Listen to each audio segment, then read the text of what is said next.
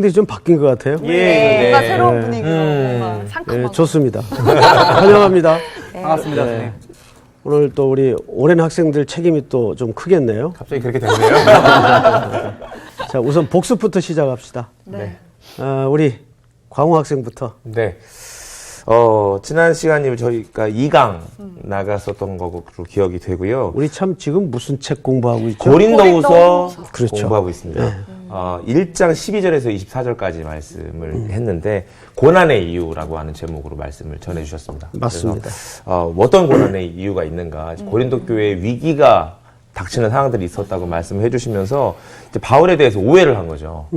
사도 바울을 고린도 교회가 오해하면서 생긴 문제, 그 문제에 대해서 전서에서 서신을 썼던 것을 이제 디도편을 통해서 듣고 이제 그 사람들이 회개하고 뭐 그 이후에 후서 내용으로 넘어왔는데 내용 가운데 어떤 얘기가 있는가, 왜 오해가 있었나, 뭐 너희들이 생각한 것처럼 헌금 문제, 그리고 또 여러 가지 이제 불평스러운 문제들이 생기니까 거기 또 뭐 파도 뭐 아볼로파 막 여러 파들로 나눠지면서 이분이 사도권에 문제가 있어서 이런 것도 아니냐 뭐 이런 지적들도 나오고 여러 가지 이유들, 또 온다고 그랬으면서 또 왜 안 왔냐 뭐 그렇죠. 이런 문제도 자꾸 얘기하면서 오해가 심각해진 거죠. 그래서 그 내용 때문에 편지를 쓰게 됐는데 그때 얘기 가운데 이제 19절에 보면 이제 부분적으로 너희가 좀 아는 부분들이 있는데, 그게 내가 그러고 아니다라고 설명한 부분들, 저도 이거 잘 이해가 안 됐었거든요. 말씀 설명해 주실 때 그거는 원래 내가 아니다라고 생각을 하고 그렇게 한 게 아니고 예라고 해놓고 안 할 마음 가지고 있었던 게 아니라 그렇게 하려고 했는데 나중에 보니까 이게 지금 상황이 어려워서 안 되겠다라고 잠깐 주저했던 이유, 그러니까 시간을 두었던 이유가 있다. 근데 그 결론적인 부분들 제가 다 하면 안 되니까 24절에 너의 믿음, 너의 기쁨을 돕는 어떤 그런 부분을 위해서 때로는 기다려주는 걸 통해서 고린도 우리 교인들의 더 영적인 성숙을 위해 맞아. 사도 바울이 그렇게 했다는 얘기를 해주셨습니다. 어휴. 공통점이 없으니까 어떻게든 하게 되네요. 아니, 난 지금 17년 동안 광호를 알았는데, 나 오늘 깜짝 놀랐네, 진짜.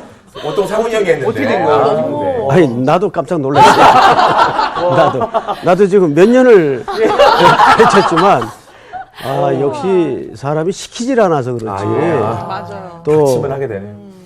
이가 없으면 잇몸으로 산다는 말도 틀린 말이에요. 틀린 말은- 바로 말이군요. 이예요.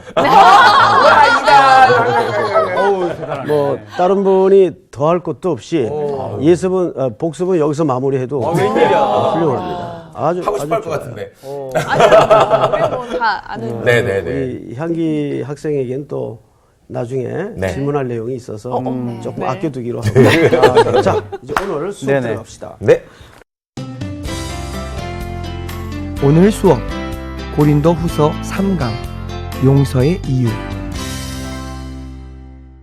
네 분이 두 절씩 예. 읽고 나머지 9절은 같이 읽고 네. 우리 요한 학생이 한번 네네. 시작을 해주세요. 내가 다시는 너희에게 근심 중에 나아가지 아니하기로 스스로 결심하였노니 내가 너희를 근심하게 한다면 내가 근심하게 한 자밖에 나를 기쁘게 할 자가 누구냐. 내가 이같이 쓴 것은 내가 갈 때에 마땅히 나를 기쁘게 할 자로부터 도리어 근심을 얻을까 염려하며 또 너희 모두에 대한 나의 기쁨이 너희 모두의 기쁨인 줄 확신함이로라. 내가 마음에 큰 눌림과 걱정이 있어 많은 눈물로 너희에게 썼노니 이는 너희로 근심하게 하려 한 것이 아니요 오직 내가 너희를 향하여 넘치는 사랑이 있음을 너희로 알게 하려 함이라.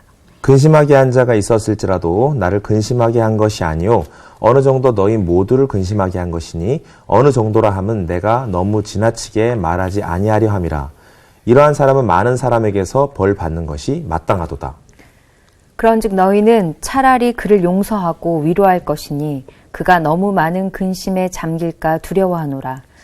그러므로 너희를 권하노니 사랑을 그들에게 나타내라. 같이 봅니다. 시작. 너희가 범사에 순종하는지 그 증거를 알고자 하여 내가 이것을 너희에게 써노라. 네. 네. 오늘 여러분들과 함께 할 주제는 전체적으로 용서라는 주제입니다. 용서. 용서. 이게 참 쉽지 않은 주제죠. 우리가 이제 현대사의 가장 이 사회와 또 나라의 큰 아픔은 아무래도 300명이 넘는 아이들이 바다에 그 참사를 당한 그 일일 겁니다. 그 일로 또 이데올로기적으로도 나누어지고 네. 또 정치적으로도 나누어지고 이런 예기치 않았던 현상들을 우리가 겪으면서 최근 많은 걸 생각하게 돼요. 우선 이런 소리를 많이 이제 주변에서 듣습니다. 이제 그만해라. 이제 그만해라. 또는 이제 위로한답시고 뭐 이제 하지 어떡하겠냐. 근데 그 말은 타인이 해야 될 말은 아니에요. 네. 맞습니다. 그렇죠? 네, 타인이 해야 될 말은 아니에요. 우리는 로마서의 말씀처럼 우는 자들과 함께 울라는 주님의 명령 그 이상도 그 이하도 아닙니다. 네. 이 사회가 교회가 특별히 그 부분에 대해서 좀 균형적인 시각을 가져야 될 필요가 있어요. 문제는 이 용서의 주제는 참 인간의 그 본질적인 내면의 문제입니다. 오늘 사도 바울이 그 고린도 교회에서 벌어진 상황을 통해서 도대체 우리의 용서가 뭘까에 대해서 이제 내용을 깊게 다가가기를 원하고 있어요. 그래서 오늘 본문을 우리가 1절서부터 한번 차근차근 들여다보십시다. 네. 내가 다시는 너희에게 근심 중에 나아가지 아니하기로 스스로 결심하였노니 내가 너희를 근심하게 한다면 내가 근심하게 한 자밖에 나를 기쁘게 할 자가 누구냐. 이 말이 좀 베베 꼬여서 거의 읽는 독자들도 특집이 아니라. 이거 헷갈리제이션이 와요. 이런 이제 글들을 읽을 때 우리가 이렇게 확 다가오질 않아서 뭔 말인고, 뭔 소린고. 근데 아까 우리 광호 학생이 이제 복습을 하는 가운데, 네. 여러 바울의 지적과 교회 간에 갈등 구조가 있었다고 말씀을 하셨죠. 네. 그 중에, 이런 얘기를 했어요. 왜 온다 그래 놓고 안 왔느냐. 그럼 바울이 이중 플레이를 한 거냐. 우리 영화 제목 중에 그때 한번 예를 들었죠. 그때는 맞고 지금은 틀리다. 어허. 그런 영화 제목이 있죠. 사람이 살아가는 상황은 늘 머물러 있습니까? 바뀝니까? 바뀝니다. 변수가 많죠 또. 그렇죠. 항상 상수란 말이에요. 달라져요. 네. 절대수가 아니에요. 사람은 그대로 있을지라도 상황은 달라져요. 네. 그래서 답이라는 것은 그때는 맞았는데 지금은 똑같은 상황일지라도 답이 틀릴 수가 있어요. 네. 이건 상황 논리하고 조금 다른 문제입니다. 네. 네. 그러니까 바울이 사실은 그 얘기를 하고 싶은 거예요. 네. 자, 그러면 하나하나씩 좀 풀어 나가보도록 하겠습니다. 네. 내가 다시는 너에게 근심 중에 나아가지 아니하기로 스스로 결심하였다. 자, 오늘 그 새로 오신 두 신입이들은 예. 잘 들으셔야 돼요. 사도 바울이 이 고린도 교회를 가겠다고 얘기를 했었어요. 네. 가겠다. 그런데 결론은 안 갔어요. 네. 혹시 그 안 간 두 가지 이유에 대해서 우리 향기 학생 기억납니까? 왜 안 갔죠? 왜 간다 그랬다 왜 안 갔죠? 두 가지 이유가 있었다 그랬어요. 네, 이걸 물어보려고 아까 복습을 제외시켰던 겁니다. 들은 기억은 나죠? 그럼요. 네. 근데 그 두 가지가 예, 딱 예. 말씀하시면 맞다 할 것 할 같은데 건데, 또 어쨌든 일부러 안 온 건 아닌데. 그렇죠. 일부러 안 간 안 온 건 건 아니죠. 아닌데 왜, 지금 이런 왜? 시끄러운 상황에서 오히려 지금 바울이 왔다가는 더 일이 안 될 것 같아가지고 지금 왜 더 일이 안 될 것 같았죠? 왜 그랬을까요? 지금까지 대답이 틀리질 않아요. 네. 맞아요. 잘 가고 있어. 네. 왜 지금 가면 안 될 것 같죠? 왜 제가 옆에 있는데 식은땀이 나죠? 내가 식은땀이 나는데. 그쪽까지 안 갑니다. 예, 예. 걱정하지 마시고 예, 예. 마음 편히 들으세요. 자, 제가 말씀을 드리죠. 시간이 없으니까. 혹시 광호 학생 대답할 수 있어요? 제가 기억하기로는 그 사도 바울이 그 전에 한번 갔던 시간이 있었는데 그때 분쟁이 크게 있었던, 이거 정확하게 답인지 모르겠는데 그때 그런 기억이 있고, 또 지금 아까 우리 향기가 얘기한 것처럼 지금 가면 사도가 가지고 있는 어떤 권위가 있잖아요. 그러니까 이들로 인해서 자기가 더 이걸 치리하게 되고 이 문제를 더 크게 확산시키고 그 성도들로 하여금 이렇게 말하자면 성도들 누르게 되고 이 분쟁들이 더 커질까 싶어서. 비슷해요. 예, 그랬군요. 예. 완전히 대답했다면 제가 또 드릴 말씀이 없어서 일부러 비슷하게 대답하신 것 같아요. 바울은 성격이 의외로 굉장히 다혈질이죠. 네, 그랬죠. 네. 예. 근데 지금 화가 난 상태란 말이에요. 네. 고린도 교회 성도들에 대해서 어떤 문제들에 대해서 그쵸, 예. 듣고서 굉장히 격앙돼 있어요. 근데 우리 요한 학생도 집에 자녀가 있죠. 예, 예. 아직 몇 살이죠? 지금 이제 976 시스템 달리고 있습니다. 그게 무슨 소리야? 9살? 네. 9살, 7살, 6살. 그러면 이제 6살. 설명하기가 딱 좋겠네요. 예. 뭐 아들이 이쁘지만 늘 이쁜 짓을 하는 건 아니죠. 아, 그렇죠. 예. 그런데 화가 나면 네. 화가 나면 그때 매를 댑니까? 조금 사그렀다가 매를 댑니까? 저는 좀 사그러들었다가, 왜냐면 그때 되면은 병원에 갈 수도 있어서. 깊이 공감이 돼요. 사실은 그런 마음이에요. 자, 지금 화가 나 있는데 그 화를 유발하는 현장에 가면 어떻게 될까요? 와장창 깨지는 거예요. 병원 가는 거죠. 그래서 사도 바울이 시간을 늦추는 겁니다. 좀 컴다운을 한 거네요. 그렇죠. 예. 근데 문제는 왜 그랬을까요? 그게 사실은 목회적 마음이에요.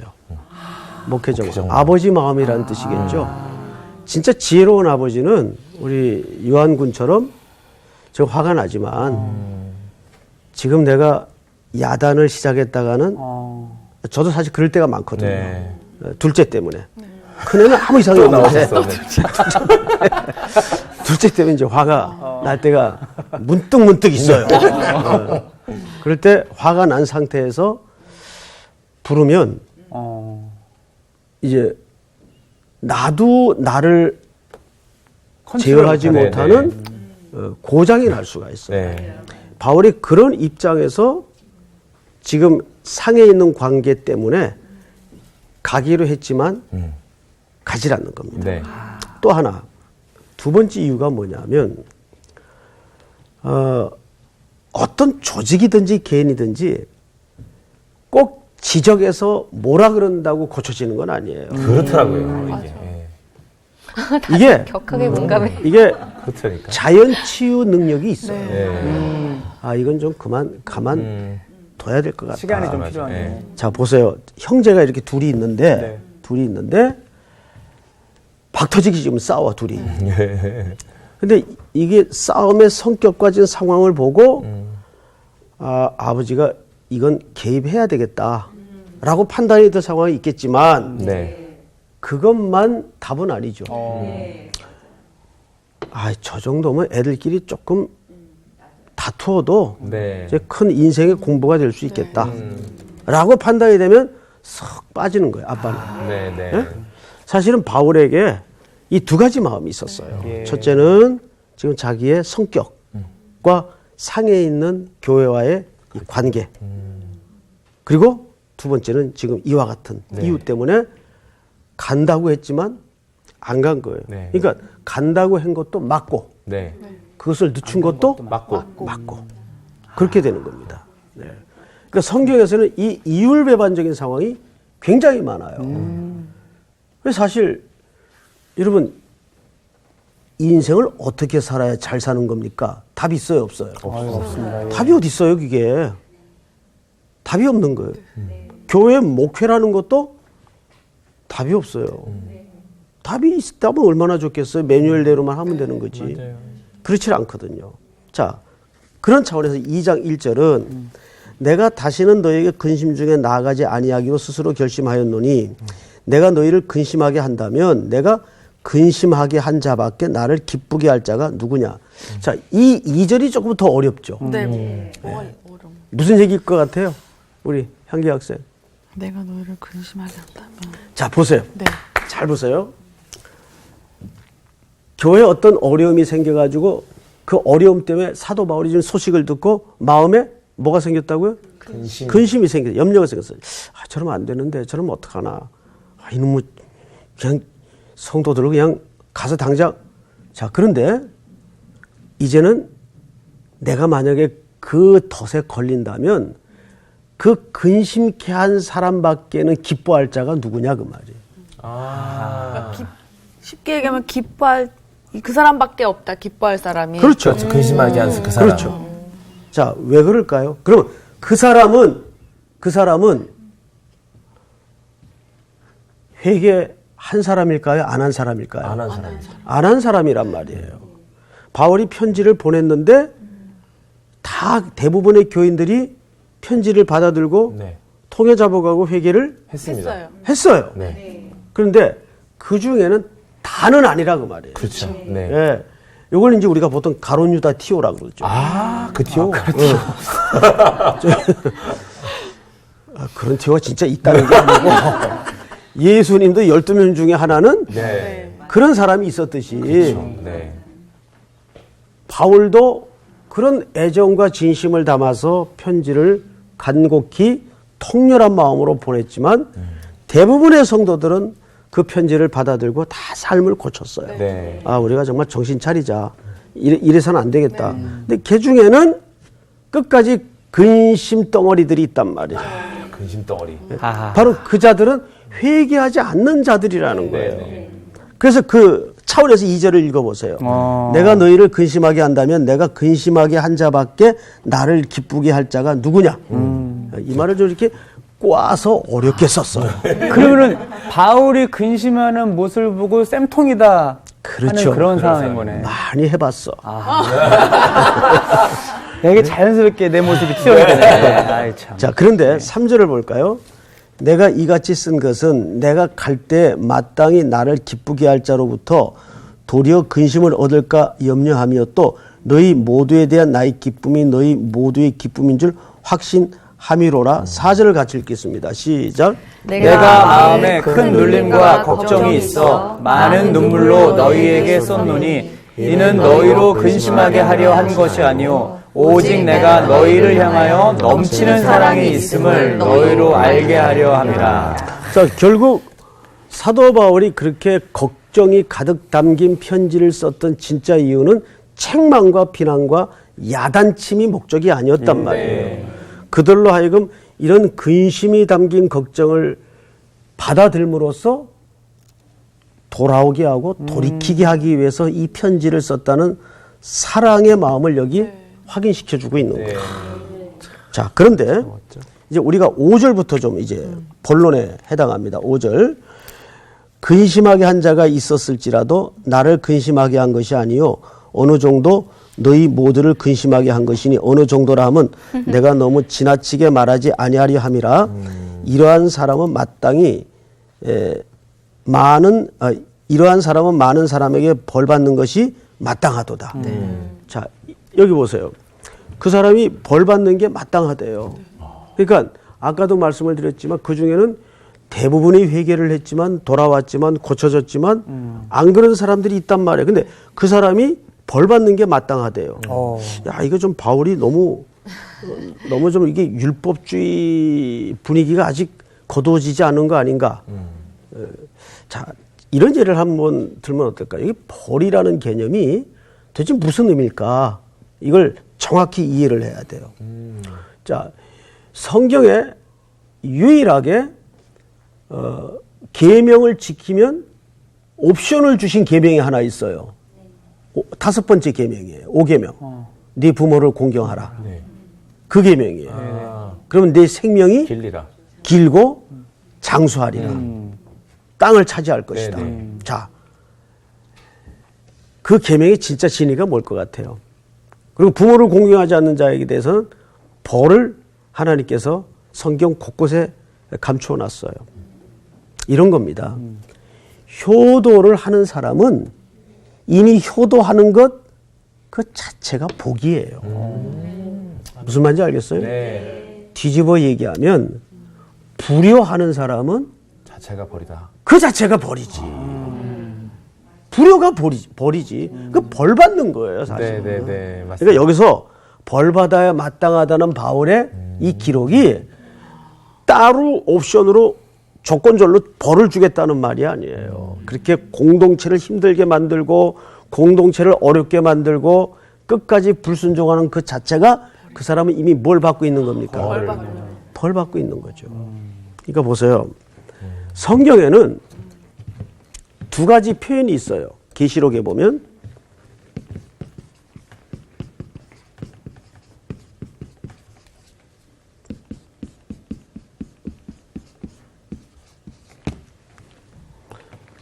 이 두 표현의 차이를 누가 설명할 수 있는 분? 최종적인 날과 마지막 날. 차이가 있을 거겠죠? 있으니까 썼겠죠? 마지막 날은 지금을 얘기하고 최종적인 날은 주님 오실 날을 얘기하는 걸까요? 오늘 왜 그래? 아, 그래요? 선배님 죄송합니다. 반장 대신 역할. 상훈이 형이 가끔 빠지니까 이렇게 되네 또. 오늘 우리 광우 학생이 약을 안 먹고 왔나 봐. 약 끊어. 자, 늘 그 성경 말씀을 잘 먹는 약이 있어요. 이 최종적인 날은 바로 우리 광우 학생이 얘기한 것처럼 V-Day. 네. 최종적인 날이죠. 예? V-Day. 근데 이 마지막 날은 예수님의 십자가 사건부터 지금까지의 모든 날을 마지막 날이라고 얘기합니다. 자, 이 이야기를 왜 하냐면 계시록에 뭐 수많은 상징들 일곱 대접, 일곱 교회 그 전부 일곱으로 등장을 하죠. 네. 일곱 인, 일곱 나팔. 네. 자, 그 과정을 통해서 그러니까 계시록의 설명 방법은 개괄식 설명이에요. 네. 그래서 한 사건을 쭉 설명을 해요. 일곱 대접, 일곱 인, 일곱 나팔, 일곱 교회 이런 식으로. 네. 근데 전부 마지막 날에 대한 경고예요. 마지막 날. 근데 이 마지막 날은 최종적인 날에 벌어질 일을 미리 보여준다는 그런 의미가 아니에요. 네. 지금 겪고 있는 재앙들을 얘기하는 거예요. 예. 사람들의 이성이 마비가 돼서 휩쓸려 다니고 네. 그걸 전부 계시록에 그러니까 계시록은 굉장히 현실적인 책이에요. 저 미래에 어떤 일어나 물론 그 대목에 대한 설명도 계시록에 담아져 있습니다. 최종적으로 어떤 일이 벌어질 것인가. 그것은 이제 계시록 20장 이후에 등장하는 내용들이죠. 그러니까 우리가 벌이라고 할 때는 지금 받고 있는 이 마지막 날 이 시대에 받고 있는 현실적 벌이 굉장히 많아요. 네. 자연으로 우리가 지금 얼마나 벌을 받고 있어요. 맞습니다. 창조 질서와 순리가 깨지면서 벌을 받고 있어요. 네. 이거는 저 훗날 최종적인 날 생겨지는 벌이 아니잖아요. 지금 우리가. 근데 사람의 보이지 않는 영적인 세계에서도 사람의 마음이 더러워지고 악해지고 강팍해지고 돈만 사랑하고 생명보다 더 돈을 귀중히 여기고 이런 것들이 전부 결국 뭡니까? 벌이죠. 벌이에요. 그러니까 효도하는 거는 그 자체가 복이고 네. 안 하는 건 그 자체가 벌을 받고 있는 거예요. 그걸 우리가 알아야 됩니다. 네. 그러니까 바울이 여기서 말하는 벌도 그런 차원에서 이해를 해야 된다는 얘기겠죠? 네. 자, 그 다음에 성경을 또 보십시다. 7절. 한번 같이 읽어보십시다. 7절 시작. 그런즉 너희는 차라리 그를 용서하고 위로할 것이니 그가 너무 많은 근심에 잠길까 두려워하노라. 그러므로 너희를 권하노니 사랑을 그들에게 나타내라. 자, 이제 우리가 이제 벌 얘기를 하다 여기까지 왔는데,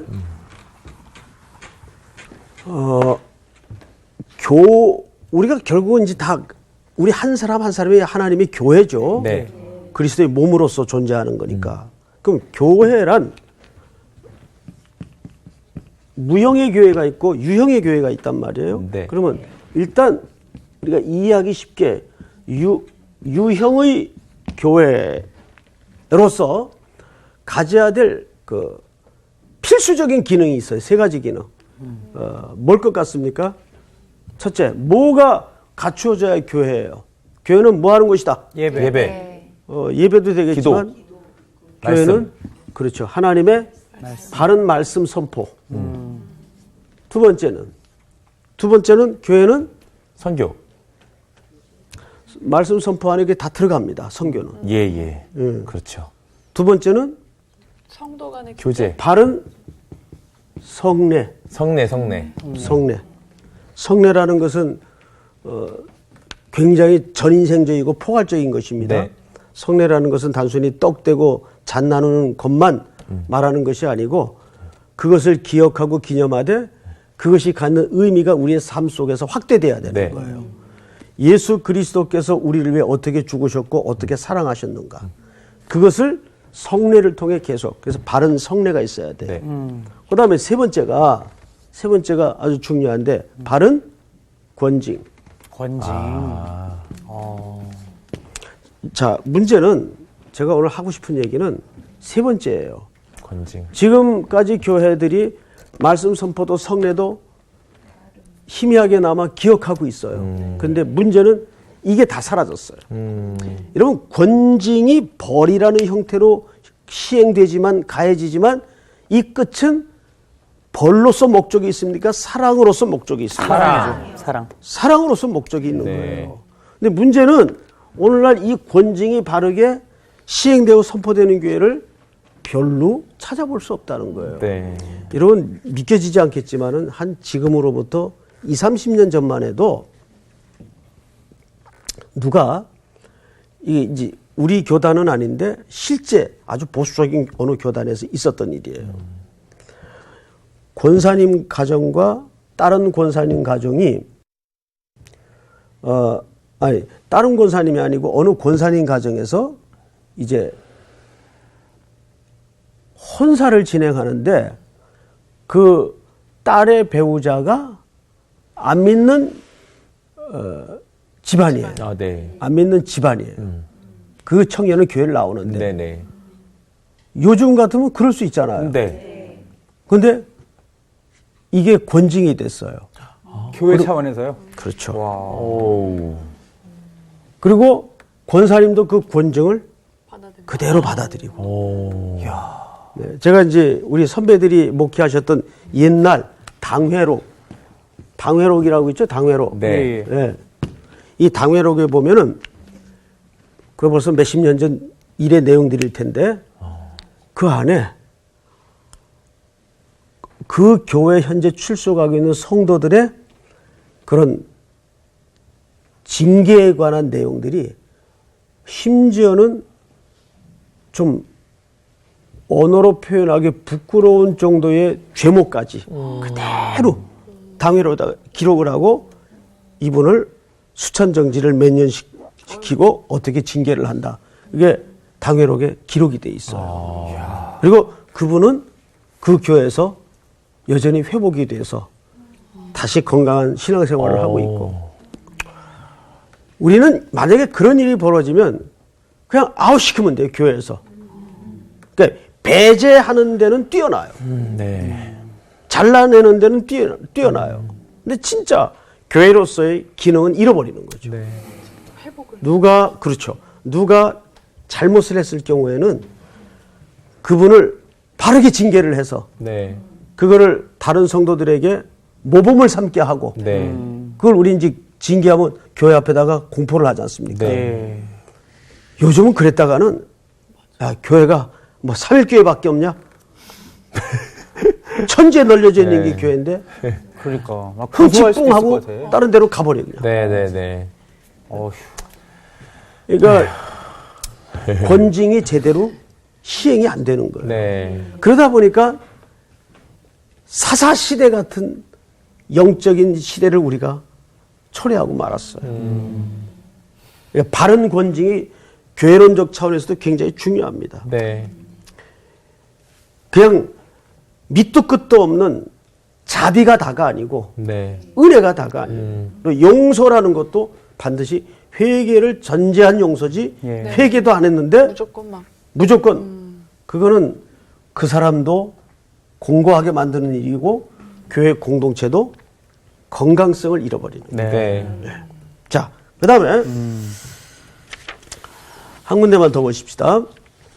우리 고린도후서 2장 10절을 한번 보십시다. 10절. 자, 우리 요한 형제가 한번 읽어보세요. 예.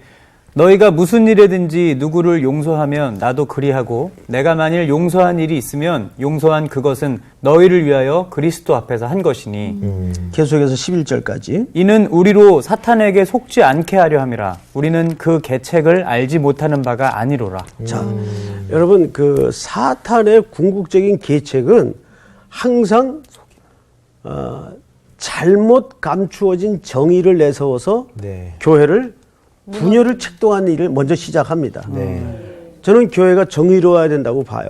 네. 근데 그 정의가 용서가 전제되지 않는, 회복이 전제되지 않는 정의는 굉장히 위험해요. 굉장히 위험해요. 네. 그래서 오늘 그 얘기를 사도 바울이 고린도 교회 성도들을 통해서 하는데, 우리 마가복음 2장을 누가 한번 찾아보세요. 네. 마가복음 2장 2장 16절을 한번 읽어보세요. 네. 바리새인의 서기관들이 예수께서 죄인 및 세리들과 함께 잡수시는 것을 보고 그의 제자들에게 이르되 어찌하여 세리 및 죄인들과 함께 먹는가? 네. 여러분, 이런 그 영적인 기류가 사실 오늘날 교회도 남아 있습니까? 안 남아 있습니까? 남아 있습니다. 많이 남아 있습니다. 네. 아주 많이 남아 있습니다. 우리가 항상 이 세상에 돌아가는 모든 현상들을 보면서 교회가 끌어안지 못할 죄는 없다는 전제를 가져야 돼요. 네. 물론 그들의 생각하고 있고 삶을 살았던 원칙과 원리를 우리가 동의한다는 말은 아니겠죠. 네. 우리가 동의할 수 없어요. 맞죠? 네. 그렇지만 또 그들을 하나의 선교의 대상과 구원의 대상으로서 끌어안아야 될 책임은 있어요, 없어요? 있습니다. 그건 당연히 있는 겁니다. 네. 우리는 동의안 하잖아요. 하지만 그 영혼들에 대해서 우리가 끌어안아야 될 책임이 있어요. 네. 적어도 예수님 시대에도 그런 현상이 나타났어요. 예를 들어 바리새인과 서기관들이 이거는 정통 율법주의자들입니다. 예. 예수님에게 따진 거예요. 죄인과 세리들과 함께 잡수시는 것을 보고 그 제자들에게 이르되 어찌하여 세리와 죄인들과 함께 먹는가? 기독교가 온 세상에 이웃이 되고 친구가 되기 위해서 존재하는 거예요. 그 궁극적인 사명은 말씀을 선포하는 것이기 때문에 제가 아주 부끄러운 추억이 하나 있어요. 제가 이제 오래전에 목회하던 교회였는데 그 동네에 아주 험한 분이 한 분 계셨어요. 과거에 그 청성교도소라고 기억나시죠? 무서웠는데. 거기도 다녀오셨고, 또 감호소에서도 오랫동안 이렇게 아주 위험한 대상으로 지목받던 분인데, 이분이 또 살짝 알코올 중독기가 있어요. 이상하게 술만 먹으면 교회를 찾아오는 거예요. 이상하죠? 하필. 네. 제정신이 있을 땐 술집으로 가고, 제정신을 놓으면 교회로 오는 거예요. 그것도 꼭 일부 예배에 아이고야. 참석을 해요. 주일 날요. 그 일부 예배가 또 얼마나 고요합니까? 그렇죠. 시간상으로도 그렇고. 그러면 보통 일반 예배당 같으면 이 좌석 앞에 이 가리개가 있어요. 있습니다. 예. 그 앞에 꼭 앉으시는 거예요. 이분이. 어떻게? 조용히 예배를 드리다가 아주 술이 덜 깬 상태죠. 그거를 발로 빵 지르는 겁니다. 그러면 그 길다란 울리죠, 그게 아주 크게. 갈림대가 자빠지면서 꽈당 하고 소리가 나면서 예배가 난장판이 되는 거예요. 그래서 막 끌어내고 그러다가 가끔은 어디 잘 데가 없으면 그 여성도님들이 기도하는 기도실에 그냥 들어가서 대자로 누운 거예요. 네. 한 번은 제가 그 지하 기도실에 갔다가 그 광경을 보고 너무 화가 나가지고 네. 이게 위험한데 네, 그쵸. 여성도들이 위험하잖아요. 네. 그냥 문 탁 안에서 장갑 버리면 어떡하려고 그래요. 그래서 화가 나가지고 그분을 잔뜩 먹고인지 술 먹고 취해 있는 분을 질질 끌어냈어요. 그때부터 이분이 저를 이제 쫓아다니면서 위협을 하기 시작하는데 자기가 그렇게 끌어냈다고? 그렇죠. 그러니까 그때도 이제 그때만 해도 제가 젊었을 때죠. 40대 뭐 초반 이랬으니까. 그런데 이 만져보면 돌덩어리예요. 기운이 장사예요. 예. 그때부터 저를 막 공격하려고 위험한 흉기를 가지고 수시로 찾아오는데 살 떨리더라고요. 죽겠더라고요. 그래서 제가 그분을 출입을 좀 하도 위험하니까 자제시켰어요. 근데 한날은 보니까 사찰 집사님 방 안에서 밥을 먹고 있어요. 한날은 대단하신 분이다. 그래서 내가 그 사찰 집사님을 그 송 집사님이라는 분인데 나오시라 그랬어요. 아니 집사님 정신이 있어요 없어요? 저 위험한 분을 자꾸 이렇게 알고 보니까 이 집사님이 자꾸 친절하게 해주니까 교회로 왔던 거예요. 밥도 주고 몰래 재워도 주고 예수님이네. 그래서 내가 집사님을 막 야단을 쳤어요. 집사님 그러는 마음은 내가 충분히 이해하는데 이러다가 성도들 다치면 어떡하려고 그러냐고. 저는 뭐 제일 먼저 성도들이니까 안전이 걱정이니까. 네. 근데 이분이 눈웃음을 치면서 목사님 조금만 참으세요. 조금만 기다리세요. 그리고 이제 헤어졌어요. 한참 시간이 흘렀는데 이분이 바카스 그 한 박스 그 고무 비닐봉지에다가 담아가지고 제 방을 찾아왔어요. 이분이 그걸로 이렇게 때리시려는 거 아니십니까? 그럴 수도 있잖아. 그래서 내가 웬일이세요? 하면서 경계를 했죠. 워낙 돌발적인 일들을 그러니까요, 많이 저지르시는 분이라. 그들이 목사님 그동안 죄송했습니다. 제가 요 앞에 아파트 경비원으로 취직을 했습니다. 그러는 거예요. 그래서 그 월급으로 이걸 사온 거예요. 웬일이야. 그래서 믿겨지질 않아가지고 아니 어떻게 된 거냐 그랬더니 그 송 집사님의 끈질긴 따뜻함과 진정과 사랑에 이분이 감동이 돼가지고 내가 이러고 살아서는 안 되겠다. 처자식도 없지만 늦은 나이지만 기술이라도 배워야 되겠다고 기술을 배우러 돌아다니다가 그 급하게 아파트 관리위원회에서 이제 임시직이라도 관리하는 사람 필요하다 그래가지고 조금 덮하긴 하지만 이분을 취직을 시킨 거예요. 그 아파트도 모험을 좀 하셨네요. 오히려 그 아파트는 도둑이 안 들어올 것 같은데. 최고의 관리. 그때 참 많이 부끄러웠어요. 야, 그렇구나. 사람에게는 그래서 반드시 여지를 좀 줘야 되겠구나. 네. 여지. 그걸 우리는 보통 기다림이라고 말하죠.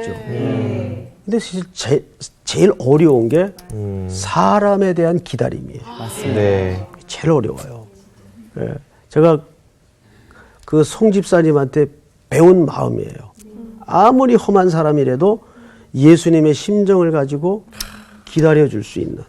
그게 진짜 용서가 아닐까 생각이 돼요. 네. 멋있다. 오늘 사도 바울이 여기서 맞아요. 사실 그런 목회자의 마음을 우리에게 보여주고 있는 겁니다. 네. 오늘 공부는 여기서 끝!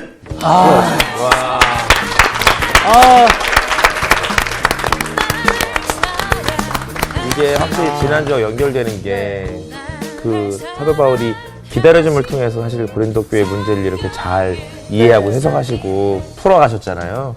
그러니까 오늘 용서라는 부분 사실 보면서 그냥 관용하는 것만 생각했는데 기다려주는 게 진짜 큰 용서가 아닌가 그런 생각이 들어요. 나는 오늘 이렇게 말씀을 들으면서 우리 광우가 다시 한번 내 삶 속에 새롭게 인식이 돼요. 왜? 그 친구가 왜 그래? 그 옛날에 그 혈기가 가득한 친구였거든. 근데 여기서 말씀을 배우면서 지금 거의 그분이 되셨네.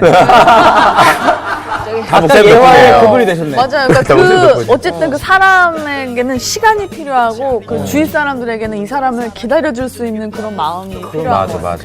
지금 송 집사님이 이렇게 먹여가지고 이렇게 드신 겁니다. 네. 감사합니다, 손 집사님. 아까 지금 네. 하나님도 저희를 얼마나 기다려주고 계시고 있잖아요. 그러니까. 우리 두 선배님들 어마어마한 분들인데.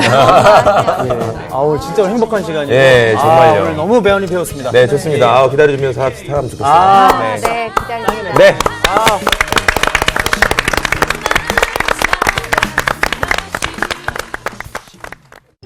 이번 주 퀴즈입니다. 갈렙이 이 산지를 내게 주소서라고 청하여 얻은 땅은 어디인가요? 1번 베색, 2번 헤브론, 3번 아스글론. 정답을 아시는 분은 CBS 성서학당 홈페이지에 정답을 올려주시거나 우편으로 보내주시면 됩니다. 보내실 곳은 서울특별시 양천구 목동서로 159의 1 CBS 성서학당 담당자 앞입니다. 연락처를 꼭 남겨주세요.